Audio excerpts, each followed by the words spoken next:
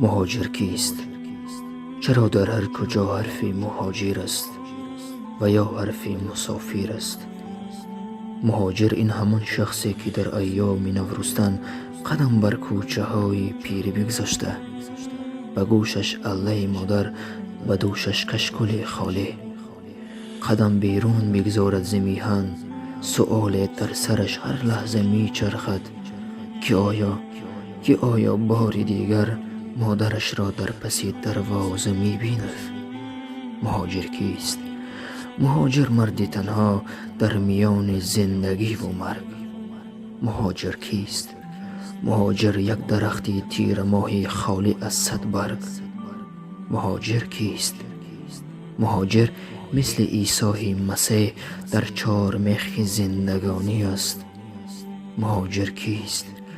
مهاجر این یوسف چاهی هجران است که با دست برادر زیر چاه افتاد. مهاجر کیست؟ مهاجر هم عزیزان نسل انسان است. مهاجر کیست؟ مهاجر کیست؟